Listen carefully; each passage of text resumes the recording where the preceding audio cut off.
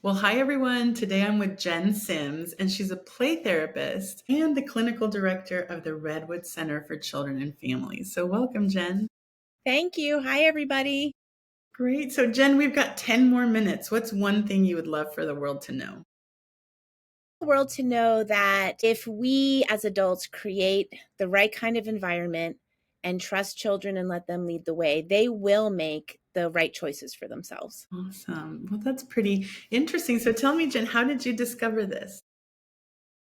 I discovered it really during my play therapy training, but where it really got nailed down for me was during the pandemic. And here in the Santa Cruz Mountains, we had a fire. So Mm, suddenly we were all evacuated and we were sitting with each other on Zoom. And it was such an equalizing experience mm, to be with kids in my evacuation studio and their evacuation hotel. And I was like, I have no more answers. We're in this right now together.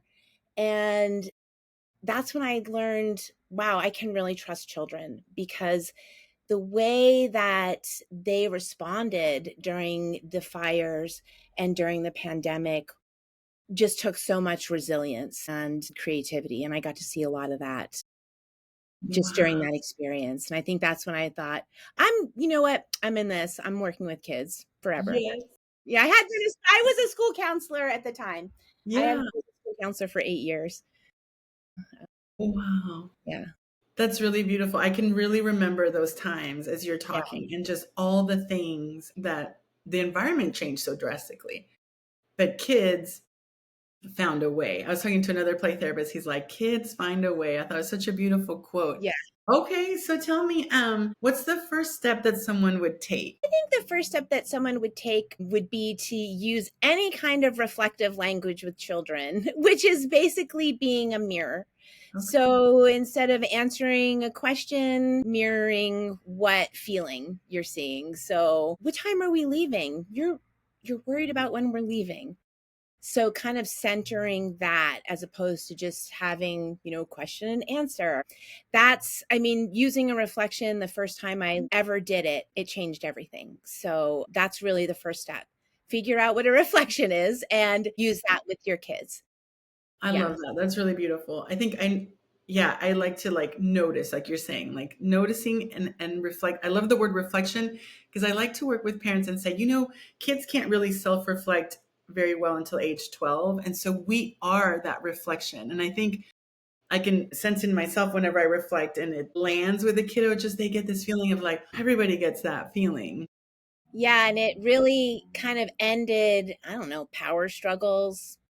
And, it allowed me to learn so much more Yeah. about So first step, yeah, children. first step, start reflecting and see how it goes. Cause I think there's a positive feedback as the therapist or parent.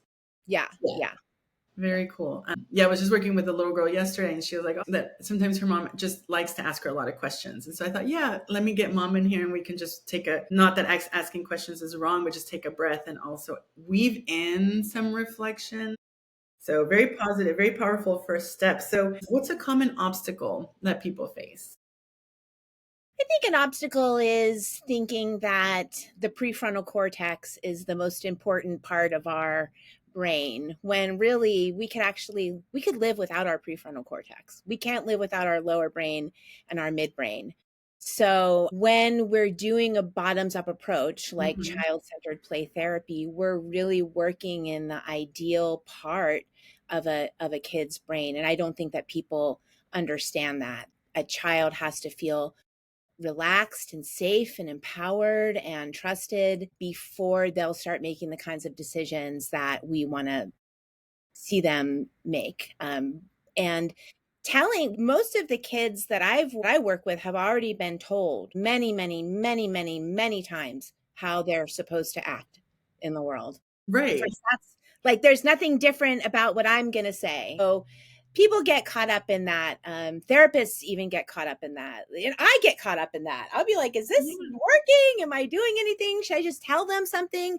And there are definitely some situations where we need to do kind of many different approaches in therapy. And a lot of times, also, I think staying in my lane as a play therapist and letting the schools do the prefrontal, let the Yes. parents do a lot of the teaching.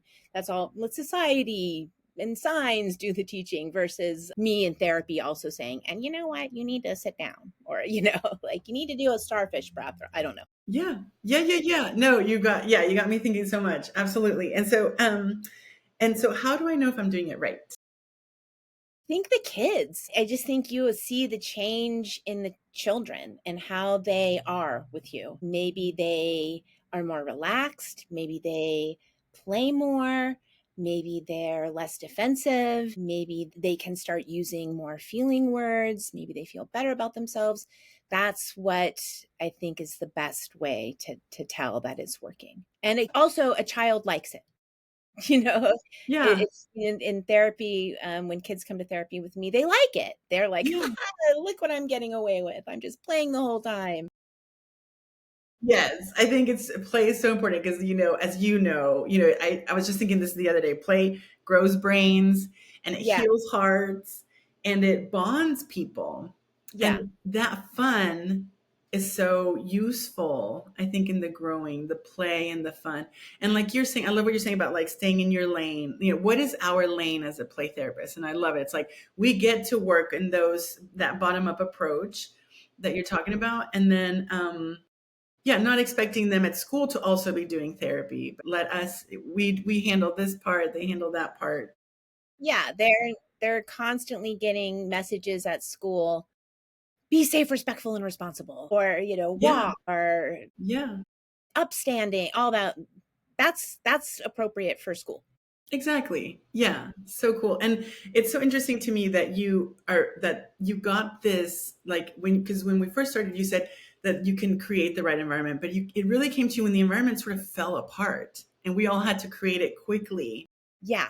And I saw this, they also were out, they didn't have the structure that they normally do. They didn't Right. have the physical building to go to. Yes. So I saw them create, they kind of didn't have the environments anymore. And some of them, it was interesting. Some kids were like, actually, I really need that environment. And other kids were like, woohoo. And they did so much better without that environment. But yes, when the environments fell apart and we were just together, each other, both kind of really down and out. Yeah, and I think the key is there, as I'm hearing you talk, is like what we had to do in those moments is the relationship became the environment. And Yeah, that's actually that's a great what it point. is, Yeah. right? Because we can have, like, you have a beautiful playroom. I love my little toys and stuff, but those aren't even that necessary if the No. environment is not there. Which No. means, by which I mean the relationship. And kids would pull toys over. They Yeah, would be like, "We're here we are." They would sit and play, and I would reflect, and it would be just kind of like what they needed at the moment. But that point in during the pandemic and the fires, and I was like, "I don't know what to tell you. This sucks.